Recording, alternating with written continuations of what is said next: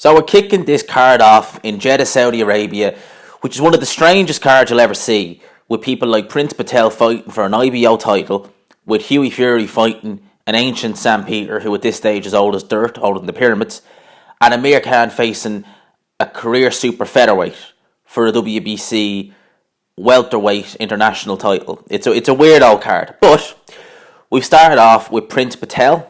He's been beaten. He's been comprehensively beaten, not a close fight whatsoever against the guy called Michell Banquez. Alright, I think that's how you pronounce it. Banquez, who is now 19-1, is a Venezuelan fighter called El Arsenal, is his nickname. And looking at his resume, he's literally beat nobody. He genuinely, I'm looking at his resume, there is nobody that even springs to mind. He lost a UD last year to a guy called Miguel Gonzalez. He lost an 11-round UD. I think they do 11 rounds in South America. I think they do 5 rounds as well down there. But that being said, Prince Patel. Who the hell is Prince Patel? Well, Prince Patel was signed by Frank Warren, a couple of years back now. And he's famous, or infamous. Well, he's infamous for several things, to be honest with you. But really, he started off when he was on Box Nation's Boxing Hour. And he just, for no reason, verbally insulted Barry Jones, who was the host, saying, "What's this guy ever done, blah, blah, blah." And just really going in on him, for no reason. And Prince Patel, I think at the time, was only, 3-0 or something like that?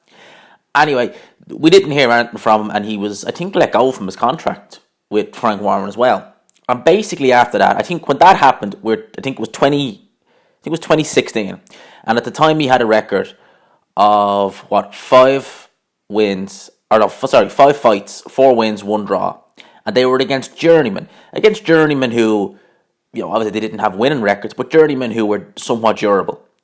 Well, then he went off to Hungary, and I mean, to say this record is padded is an understatement.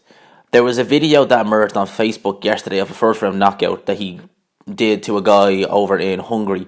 And this guy, genuinely, he looked like a guy fresh out of the gym in his first amateur fight. And these are the guys Prince Patel's having a pro fight in. And for those who don't know, there's a good Irish boxer in Dublin called Victor Rabbi. He's 8-0. He fought a guy back in March called Jake Haney. And it was meant to be for the Irish title, but Haney been out of the ring for 2 years. He couldn't get a fight. Victor Rabbi even said in the interview, he said, it costs €1,000 or £1,000 to get a fight in Hungary, and you are fighting absolute nobodies. They're literally handpicked from the crowd.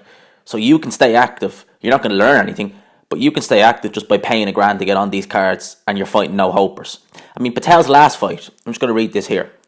He won it by second round knockout. The opponent was unable to continue after a low blow. The first round lasted 4 minutes and 45 seconds. I mean, that says it all about what this guy was fighting. And against this guy, Michell Banquez, he was comprehensively beaten. Patel, he's never looked good.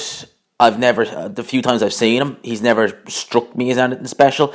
I think that the only thing that's special about him is his mouth. He's a big mouthpiece. Put it like this, it gets you attention, which is what you want.